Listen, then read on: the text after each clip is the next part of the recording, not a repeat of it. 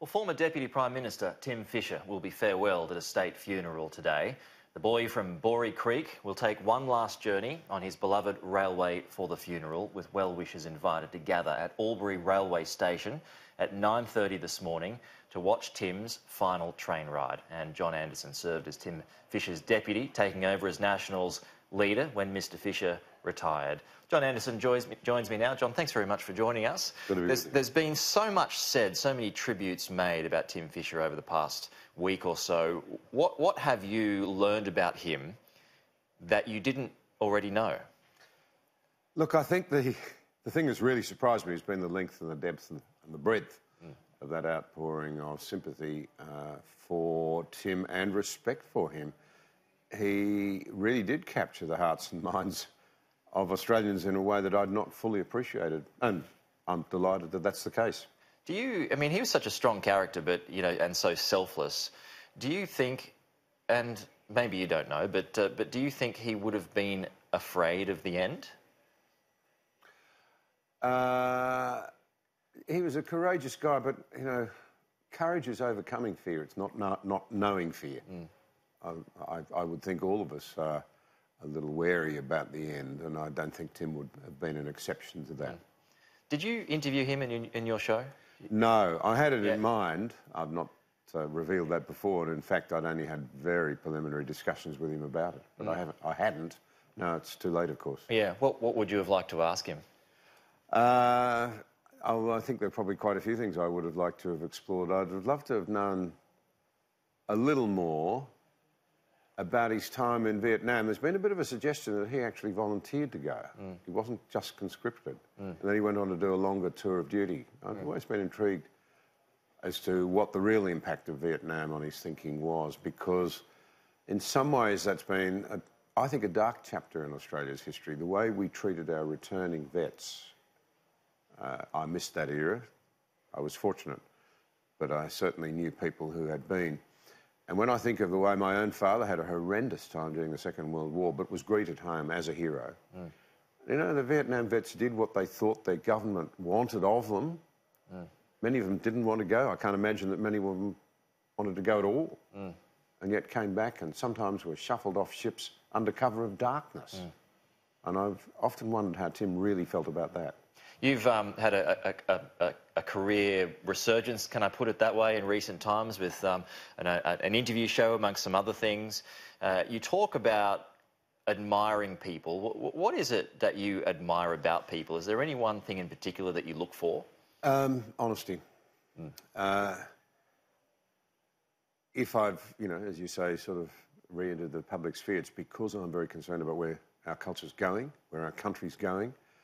I think we're in danger right across the West, and including in Australia, of eating ourselves out from within. What do you think is the biggest issue facing Australia right now? Polarisation and tribalisation, and the inability to debate and to talk, and the loss of our history. Is a loss of understanding of the foundation stones of freedom that really threaten us. And we talk about attacks on free speech, but you can't unbundle any of the freedoms. It's freedom of conscience, of belief, of religion, of speech, of property, of association. No other culture's ever developed them to the extent that the West has. Australia's part of the West.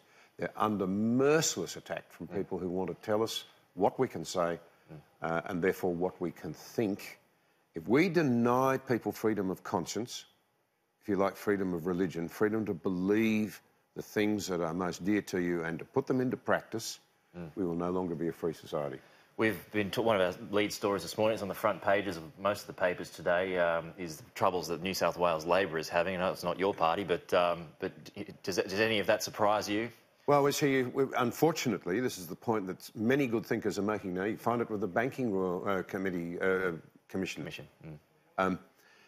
We now play to regulations. What can I get away with? We no longer ask ourselves, what is the right thing to do? And I've often said this, I mean, I have enormous respect for the man now charged with resurrecting the AMP, David Murray, but you stop and think about the AMP, it was a byword for reliability, for trustworthiness, for social conscience, for doing good, in an age when there was very little regulation. Now look at it. Look at the mess it got itself into. People stopped asking, what is the right thing to do? and started saying, what can I get away with? What does the law allow? How can I look after me instead of meet my responsibilities? Now, I say to you quite frankly, and I'll say this, I mean, Tim was a devout Catholic. I'm not Catholic, but we share a Christian heritage, if you like. The loss, or more than that, the hostility to faith and the idea that there are higher ideals, I believe is costing us incredibly dearly. The other thing I find, though, that encourages me is there's a lot of young people starting to say, well, how do we reground ourselves? They're starting to ask the questions. And I think that's a tremendous cause for hope. In terms of corruption, though, in the New South Wales Labor Party, I mean, is it getting to a point where the race is just about run? Well, I'll tell you, well, yes, but I'll tell you the great thing. You know, we're talking about celebrating Tim's life. What is it that people keep commenting on? You can trust him.